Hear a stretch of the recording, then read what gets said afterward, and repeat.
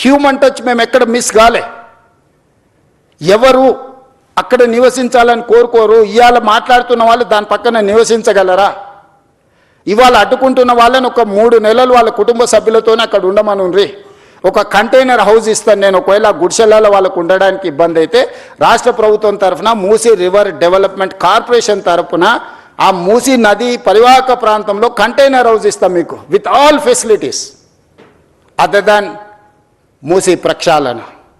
ఎట్లుందో యాజ్ టీజ్గా వద్దంటున్న వాళ్ళందరికీ ఒక్కొక్కరికి ఒక్కొక్క ప్లేస్లో ఎవ్రీ 1/2 కిలోమీటర్ 55 కిలోమీటర్లు ఉంది. 100 మందికి నేను అకామిడేట్ చేయగలుగుతాను. 2 పక్కలైతే 200 మందికి 200 మందికి ఒక మూసీ నది పక్కన కంటైనర్ హౌస్లు ఇస్తా. ఒక 3 నెలలు మీరు అక్కడ ఉండండి.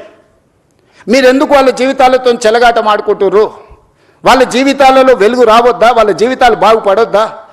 వాళ్ళు ఈ దోమల నుంచి మురికి నుంచి వాళ్ళు బయటపడొద్దా? వాళ్ళ పిల్లలు చదువుకోవద్దా? వాళ్ళకు వైద్యం అందొద్దా? వాళ్ళ అభివృద్ధి పదం వైపు నడవద్దా? ఈరోజు ఓల్డ్ సిటీలో ఉండే పిల్లలకు ఉద్యోగం లేదు. ఈరోజు మీరు అందరు బాగా చదువుకున్న వాళ్ళు ఏఐ వచ్చింది, వైట్ కాలర్ జాబ్స్ అని పోతాయంటున్నారు. ఓకే ఫైన్, దాన్ని మీరు ఎట్లా ఆపలేరు, మనం ఎవరూ ఆపలేము. వచ్చే సాంకేతిక విప్లవాన్ని మనం ఆమోదించాల్సిందే. మనకి ఇష్టం ఉన్నా లేకున్నా అది మనల్ని దాటుకొని వెళ్ళిపోతూనే ఉంది.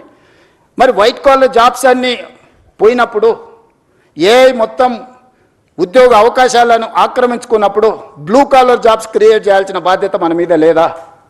బ్లూ కాలర్ జాబ్స్ క్రియేట్ చేయకుండా వాళ్లకు సాంకేతిక నైపుణ్యాన్ని అందించకుండా, రీస్కిల్ అప్స్కిల్ చేయకుండా, సెల్ఫ్ ఎంప్లాయ్మెంట్ క్రియేట్ చేయకుండా, మూసీ నది పరివాహక ప్రాంతాన్ని నైట్ ఎకానమీ కింద మార్చి ప్రపంచ దేశాలతో పోటీ పడకుండా